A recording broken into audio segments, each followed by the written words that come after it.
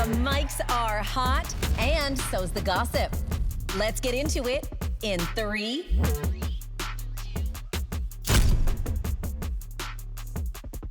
Welcome to In 3. I'm Danielle Graham. And I'm Callie. And you are? I'm Zack Wickham. The star from the hit show. The Valley. The Valley. The guy with the best hair on TV.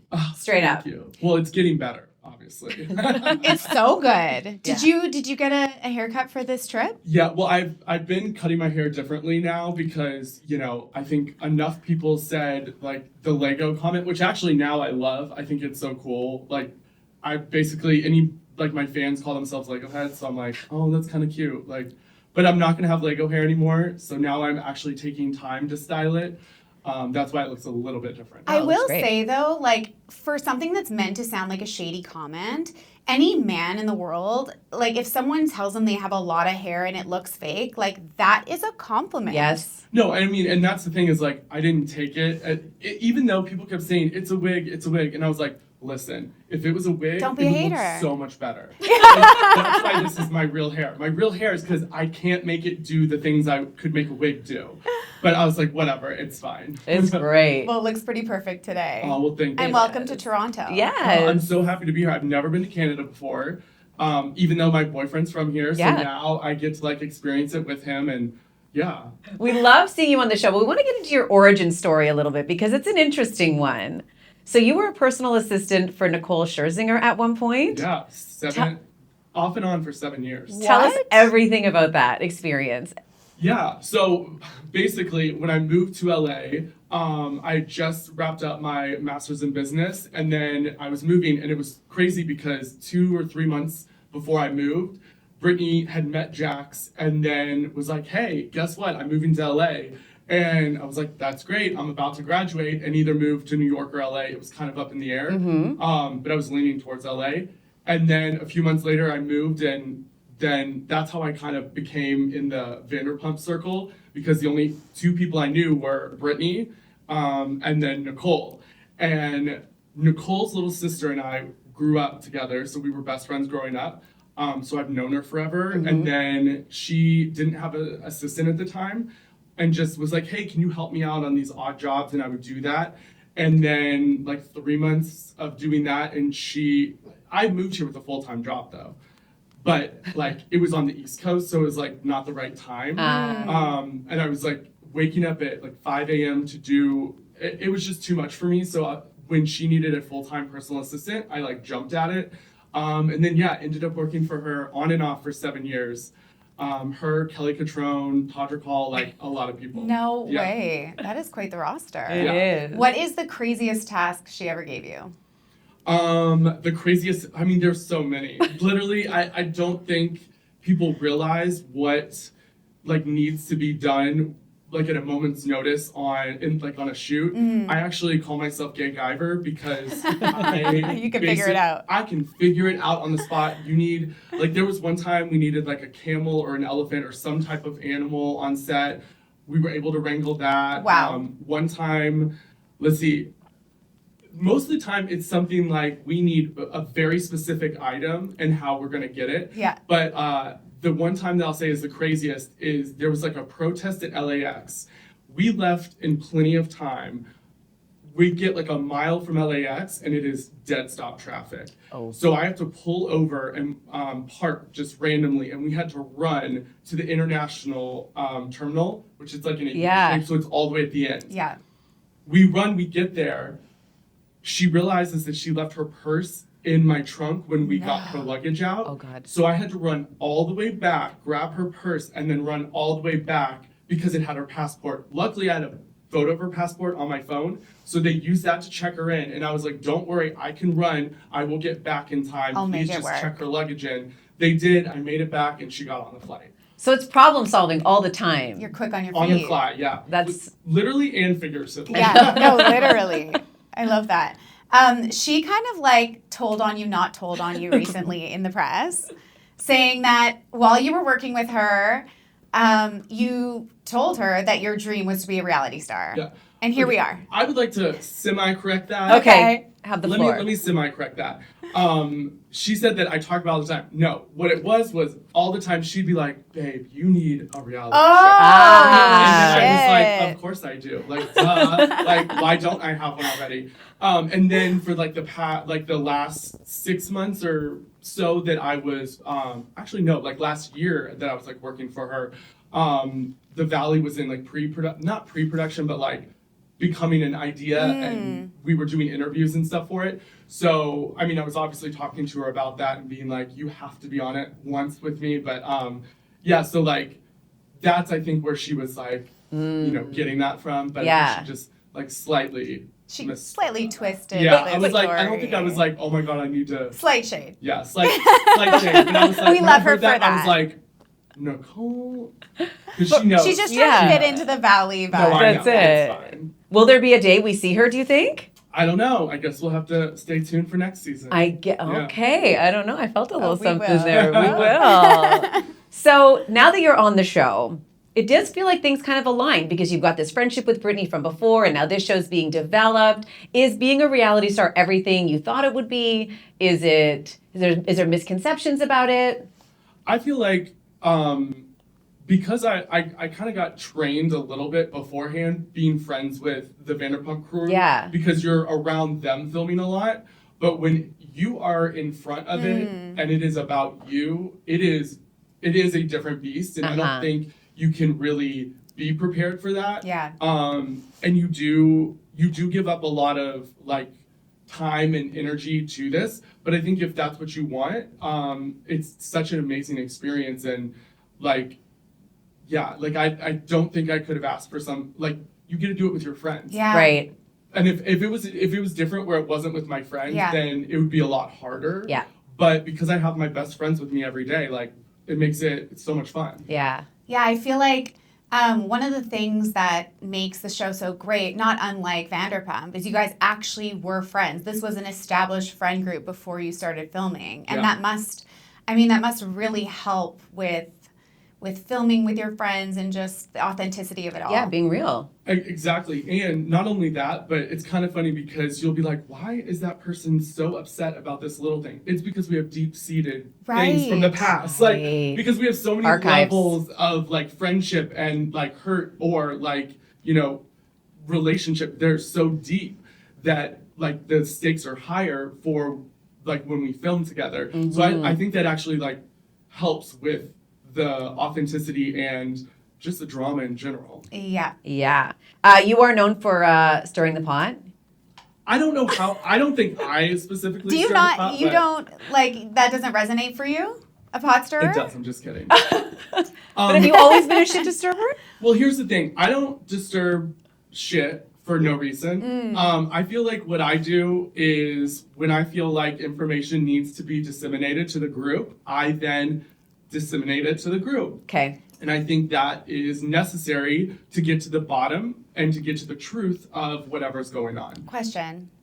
Answer. If you didn't have the cameras on, It would be the same. it would be the same. You'd be like, we need to hash this out right here, right now, in front of everyone. What you don't understand is this is why we got a TV show. Right. Because off camera, on camera, no difference. Same. Same. Literally, we're like, my friends from back home or when I'm telling other people about what's going on that are like in LA or whatever, they're like, why do you guys have so much drama? What is going on? I'm like, I don't know, but that's just what it is. Like, And that's why we have a show. And that's why we have a show. Because it doesn't matter on, off, we are the same people. When Jackson Brittany approached you about doing this, and you do have such a deep friendship, how long have you been friends with Brittany? I don't think I've done the math on it, but like since we were 21, so 21. So it's been time. Yeah. Was there ever a part of you that was... I was like, how old am I? Erase that. We mustn't. We be forget We've about been our 5 ages years. all the time. We forget how old we are all the time. It's all good. Was there ever a moment where you were like, I'm worried that this might get in between our friendship or that something might change here if we do this show together? Because it can be stressful on relationships, friendships. Yeah. We've seen it happen. Well, I will say season 1, well, going into it, Kristen and Brittany were my, like, you know, my Ride they or are die. my Yeah. best friends, ride or die, everything.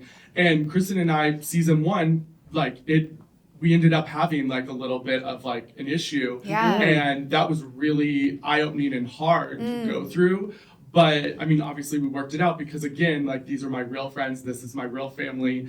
But I wasn't worried, but then I got a little worried for a second. I was like, oh no, is this going to change everything? But it turned itself back and it didn't. And I think that these things that we're doing on camera, again, we would be doing off camera too. So I don't really feel like there's any fakeness or like they're different people on camera. Right. And when you have that, then you don't have to worry about the relationships changing or, you know, like my boyfriend, he's the same on or off. And that's great because he doesn't care about this. He's an optometrist. Like he is the furthest from like entertainment, right? Yeah. And he's just like, oh yeah, this is whatever. Like this is fun. Or so I think as long as you don't have someone that then turns to a different person, then your friendships are fine and your relationships will be fine. It's when you have that flip that you're like, who is this person in front of me? That's when that would be difficult. Yeah, you would call that out though. I think you'd be like, who are you? Yeah, yeah. Well, some people, Janet, taken a lot of heat this season and last season. Well, yeah, and you kind of. With the public, not just with your friend group, like the public is she's not in great favor. Is it well deserved? Do you think? Here's what I will say. Okay. I will say that the audience is very intuitive. Yeah. And they are clocking things that I had wished my friends had clocked like I had years ago, and that's all I'll say. Okay. Interesting. So your radar was. Pinging. I'll just say we've this friend group, like I've known Janet since she moved to LA. With her first job in LA, with her first assistant job, I got her with her agency with her first job here. Oh, right, because Janet was a personal assistant as well. We went through that together. Like, I know she had said in some things like, oh, we were never, like in the after show, she said we were never close or whatever. I'm like, I got you your first job here. You called me when you and Scheana when you guys were like on the outs. Like, I moved you out of your ex-boyfriend's apartment. And you lived in my building. That's some friendship. I'm pretty sure whether we were like, if you want to say we were best friends or not, sure, we probably weren't best friends, but we were pretty close. Yeah. And had gone through some stuff together. So I'll just say, going through all that and having her on now, there's things that I've clocked in the past that maybe are coming up on camera now. Got it. It's almost like Janet has some revisionist history. Like you rewrite history to kind of suit the narrative that you want. Is that accurate? See, now you're saying I'm a pot stirrer, but I'm just sitting here and you're saying... just asking what the people want to know. Your business. So funny because this is why people are like, you're such a stir. And I'm like, I'm sorry that my face said something that I didn't say. Yeah, your I face have a face like lot. that too. You do. You do. Yeah, I can't. It gets me in trouble. It's a great face. We love it. We love trouble. We do. Another person taking heat on this season, which I did not have on my bingo card, is Danny. Yeah. What is the deal? Because from our perspective as viewers and fans, Danny seems to be the most stable person on the show. And when he's in the mix with Jesse, with Jax, with these men who are behaving so badly, and he's the one taking the most heat for popping into a closet and taking a swig of tequila, when I tell you, this doesn't feel warranted to me, but you tell me how you feel. Oh, the audience is like, what the audience feels and sees, I'm like, great. I'm glad that I don't have to say or do anything because they're feeling the same way. Right. That I feel. I don't feel that the heat is fully warranted. The thing I do, the situation that happened previously with Jasmine and Danny and whatever, that wasn't a great situation at all. Mm-hmm. But Danny took full ownership for it. Yeah, multiple times. Nia and Danny also talk about how they went to couples therapy and individual therapy to work on that. Good for them. That was like a turning point. Like that was very out of character and he wanted to take that head on. And they talk about that. So again, is that them being private? I don't think so. I think that's them being very, very open. And on top of that, then you have especially the last episode where you have this entire table of people that are here and Jax is just out of rehab saying, I'm like looking at the thing, I'm like, what can I say? Jax is just out of rehab, and all of a sudden it's, Danny, you should go to rehab. That was crazy. Whoa. And of course, I wasn't at that dinner because Matrix. it's for Jax. Like, of course, I wouldn't be at that, neither would Luke. Right. And so the two people that would have defended Danny and like really kind of turned around that conversation weren't there to defend him or help him through that. And I think he was blindsided as well, because you have Jason walking in, oh, we're not going to talk about this. Sits down, you have a problem. We're talking about it. I was like, oh. The man loves an intervention. I was like, wow, okay, so this is where we're at. Yeah, I don't feel like the long-winded version of, I don't feel like it's warranted, especially the way they're going into it and being portrayed. Now, should it be talked about? Yes. Right. Like, in the capacity of Jasmine and him, or him and Nia, or, him in the group as far as future thing. Yeah. But he's not doing anything, or like Brit's night. He didn't do anything. So he didn't, I don't know. I don't know. Yeah, it felt like a bit of a gang up, and it has on the two of them. My question also about the two of them is, like, a lot was made about them not sharing the cracks in their relationship. Do you think in order to be a good reality star, you have to always air out all the cracks? Or is there a world where a relationship can protect some of that in order to preserve their love and preserve the health of their union? Yeah, well, I think Danny and Nia do it best, where it's like, so I've always said I need a Nia, which Benji is my Nia. Your emotional support, Nia? Well, that too. Oh my God, it's so great. Because Nia, when she if Danny does get like too drunk or whatever, like he doesn't drink enough, so when he does drink, and he's also slightly shorter than most of us. And so, he gets a little drunk, a little fat. But the thing is, Nia is always there, hey, let's go. That's called being a good partner. Totally. So how is that, like, to me, that is them having a system that works for them. Right. So, and when he gets to a point, she's pulling him out of it. Why is that a problem? And also, I don't call that protecting the cracks. Finding a solution for the issue at hand. Right. So for me, I do believe that you have to air most or all of your stuff, because if you don't, it will come off as fake, and it will, like, we see it with every show that tries to hide a certain aspect of their relationship. Yeah. With Vicky Gunvalson and what's his name, and Brooks. that whole crazy thing. Like, you had to have known that, you know what I mean? Yeah. That wasn't true. Then I'm trying to think of some other stuff, like, or Real Housewives of Beverly Hills and Kyle and that whole situation. Just be honest and open, and I think that makes it, not only is it more authentic, but like people understand. Yeah, like, they do. They understand we're all flawed. Yeah. Like, I'm not coming out here saying I'm perfect. I have plenty of flaws, and they're on display for people because that is what our job is. That's right. Right. You mentioned Jax going to rehab. We applaud that. He went, very much so. He did. He claims he's sober now. Do you believe that?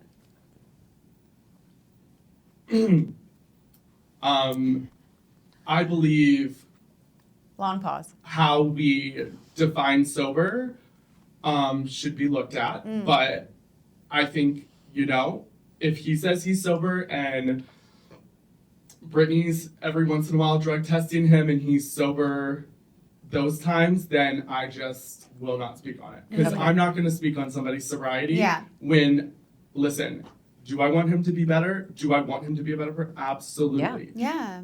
But here's the thing. I'm not going to back down until I see that. So if anybody thinks I'm going to give him sympathy, or the people that are like, dude, he just got out, like, give him, no. He's had plenty of tries where I've been coddled him, been nice, done whatever. You don't get that anymore. Right. So you get my foot, your neck until I see change. You are the best friend a girl could ask for, honestly. Truly. I know. You really have her I'm not back. even I'm gonna be like, absolutely. Can we just quickly touch on his to-do list out of rehab? Haircut, Botox, dinner with the boys. What would be on your list? What were the first thing you do? Well, I mean, the first thing, number one, in rehab, I wouldn't have had my phone. Right. I would have been actually That part. journaling. I don't think he knows how to write. So I'm like very confused. Like maybe he texted incomplete sentences or something. How you to just himself, weave into but- that shade so easily. It is an art form. It's literally, Thank you. it's art. Picasso. Really good. But- Shade Picasso. But like, can you please like tweet that somewhere so I can retweet it? So I don't have to say it about myself. No, I feel like the thing is, if I was in rehab, I would be writing all the people that I wronged letters. I would be really like deep diving and dissecting my behavior and trying to make those changes when I come, like be ready to make those changes when I come out. Yeah. When I say, so he had 7 hours, yes, he did, he wasn't like, I guess it was like 7 hours of therapy, but like there was maybe 45 minutes and then 15-minute break. Every 15 minutes throughout every single day, he was rage texting Brittany. Right. Right. Every single day. Right. And somehow, some people, like other people would tell him what we were doing. And so then he would use that against us. Right. Or her. Right. Specifically. And he would go from love bombing, and then that reels her back in because he's already manipulated her enough Yeah. to know what he needs to do to like pull her back in. And then he'll rage text her again. And it's just like this constant back and forth. If he wants to say he learned anything, well, the proof is in what you Do. did, Right. Yeah. your actions. Yeah. And I'm Yeah. sorry, there are no actions that have shown you've even moved one step forward. Yeah. If anything, like I tweeted a while ago, he is worse out of rehab than he was before. Oh boy. And I'm not even joking. That is a statement. That's not We great. are getting the wrap. We have a Which I quick. guess I'm also not supposed to technically say. I apologize, but whatever. We'll hear. Yeah. Quick game, rapid fire. If you Love have a minute for this. Shag, marry, kill. Danny, Jesse, Jason. Well, wait, let's do kill first. Danny, Jesse, Jason. Jason. Ooh. I'm gonna kill. Sorry, Jesse. I do like Jesse though. So, but I am gonna kill him. I'm gonna shag Danny and marry Jason. Okay. Same for the women. Janet, Kristen, Jasmine. I'm not gonna say the word kill for any of these people. Okay. I will Trick. marry Wait, who was it? Jasmine. Jasmine, Kristen. Kristen, Janet. I'll marry Kristen, shag Jasmine, and then I didn't hear the rest of it. Just yeah. One word to describe your relationship with Scheana, and one word to describe your relationship with Lala. Scheana, complicated. Lala,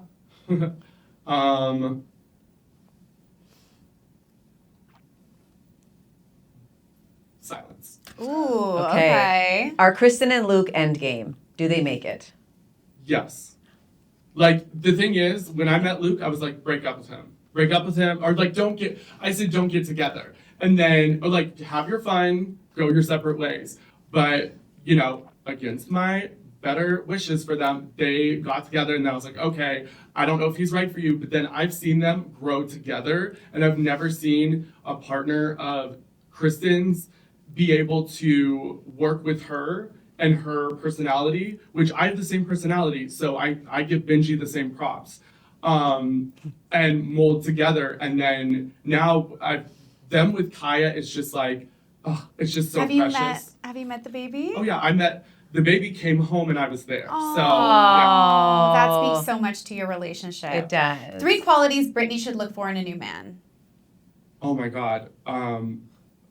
Money. Yes, let's go. No, actually, let's start with stability. It doesn't Okay, need to great. be money, actually. It needs to be In no stability, particular order. humor, and like chivalrous. Love Yeah. that. I need somebody that actually is like opens doors, is like a gentleman to her instead of just being like so only thinking about themselves. She deserves that. She does.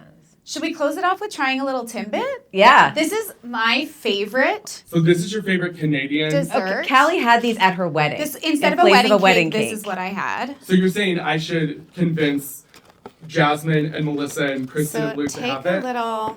So do I just choose any Choose one one of them? chocolate. These are like Okay. fluffy vanilla. Fluffy Fluffy vanilla. vanilla? Yeah. Okay, I'm gonna try this Okay, one. let's go. Okay. Yeah. For you? Yeah, fluffy vanilla. Go What is it always. called? Timbit. It's like the center of a donut. Oh, okay. It's Timbit. like I think they have Cheers. it's like a donut hole. Oh, Yeah. okay. Cheers to you. Cheers to you.